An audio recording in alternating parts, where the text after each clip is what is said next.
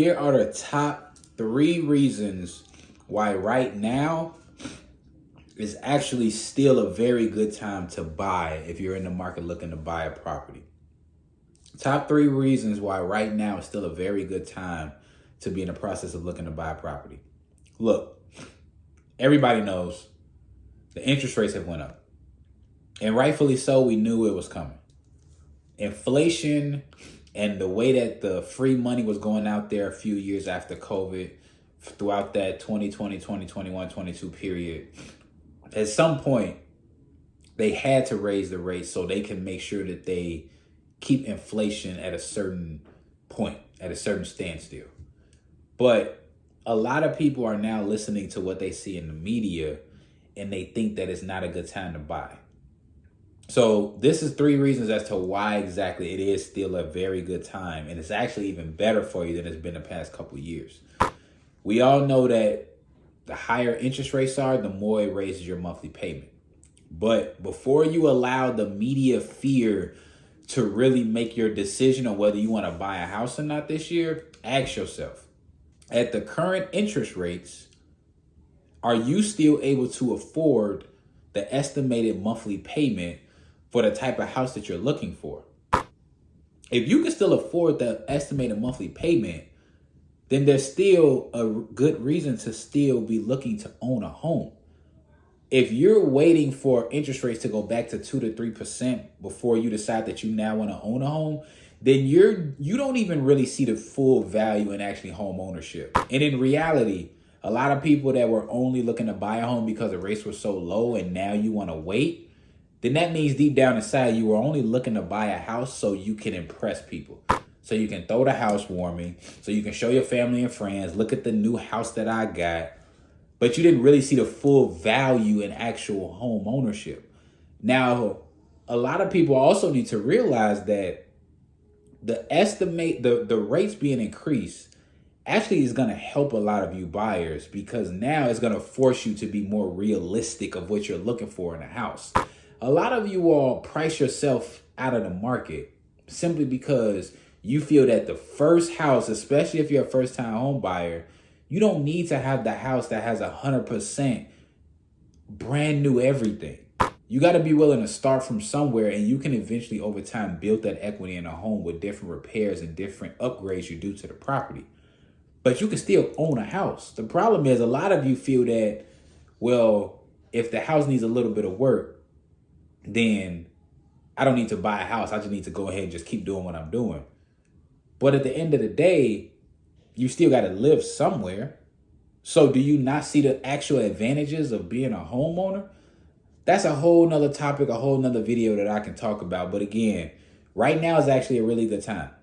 The past 2 years, a lot of people really got caught up in being in bidding wars. And now you don't even have the time to really evaluate and make sure that you actually feel confident and comfortable with this home purchase because you're so afraid of somebody else taking the house. Well, now with the interest rates rising, it gives you as buyers a lot more choices to choose from. It puts the driving the wheel back in your lane. It puts you back in the driver's seat, and now you get to take your time in deciding what you're looking for in a house. So reason number 1 is that it's no longer a heavy seller's market. In fact, it's more of a neutral / buyer's market right now, because the interest rates rising, you only have so many buyers in the buyer pool that you used to have this time last year. So now you have more options to choose from, and you don't have nowhere near as much competition as you used to have. Does that mean that you won't have competition on maybe 1 or 2 houses that you're interested in? No, that does not mean that. But it means that you don't have the same type of pressure to hurry up and make a decision than what you did the past year or two. Because the rates were still so low, but the demand was so short. The demand was so high, but the inventory was so short that a lot of buyers, they didn't really have the chance to really decide and make sure that they like this house and this is the house that they want to put an offer on. And even times during the inspection period, they maybe didn't ask for certain things that they maybe could have gotten because they were afraid of them just getting their offer rejected or their terms rejected. Now they're going with somebody else. So now it's nowhere near as much of a heavy seller's market as it used to be. So you as a buyer have a lot more choices to choose from, and you don't have the panic of you got to hurry up and pick something before tomorrow it's under contract. So that's reason number one. Reason number two is that you actually are now in a position as a buyer that you can potentially get a lot more closing credits than you would have the past 1 to 2 years. When it was heavily in the seller's market, in the seller's advantage point, you were not getting any closing credits. And if you were, it was very minimal. Now you can get a lot more closing credits to help you be able to close on that house. Just to give you a quick example, what closing credits are, let's say when including your down payment, including your loan costs, including every single thing. Let's say you got to bring an estimated $10,000 to the closing table. Well, if the seller agrees to give you $5,000 in closing credits, now instead of having to bring $10,000 to the closing table, you only got to bring $5,000 to the closing table. Now it's an extra $5,000 that you thought you were going to have to use that you can use on furniture. You can use on paying a moving company. You can use on designing the house the way that you want. You can use it on paying your mortgage up front for the next 2-3 months ahead of time. But now you have those choices and you're not at the option to where you're at the closing table and you're house rich, but now you're cash poor. You don't have any cash to pay for any furniture. Now you're living in a vacant house with barely anything for 1 or 2 months until you get the money saved up to get furniture. So it still works in your advantage. You have to look at the whole perspective of everything. So you're able to get a lot more closing credits potentially because now sellers are more aware that it's no longer just they're not major in the driver's seat like they used to be. So if a seller is going to get an estimated $50,000 for selling a house, and if they know all they got to do is give you an extra $5,000 closing credits to get the deal done and get their house off the market, it makes it at least worth a conversation for them to consider, hey, I received $45,000 in proceeds and I'm done with the house, or I want to be stubborn and I don't want to give no closing credits and hope that you get a buyer that doesn't need any closing credits. So that helps you all a lot.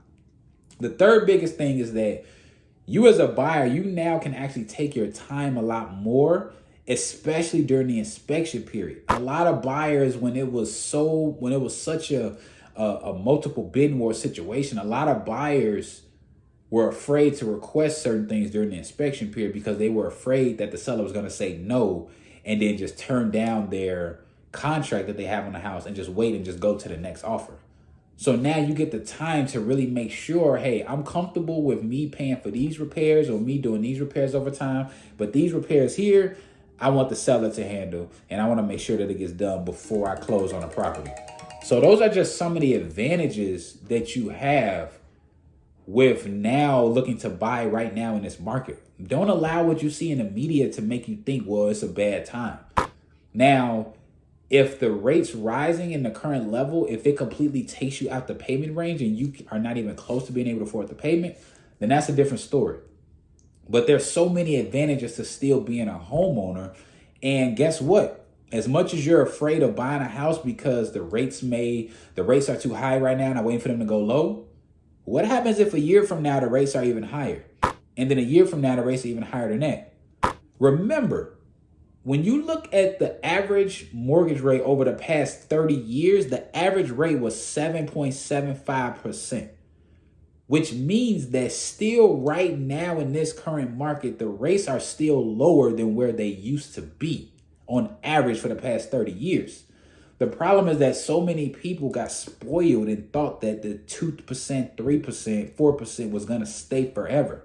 That was the perfect time for you to strike, but that still doesn't mean that that's not a good time for you to buy a house, because now there's going to start now being more government programs where they're going to help with down payment assistance. The government is not going to allow home buyers to completely not be able to buy at all. They're going to have to do something to allow more down payment assistance programs, more first-time buyer programs, because it helps the overall health of the economy.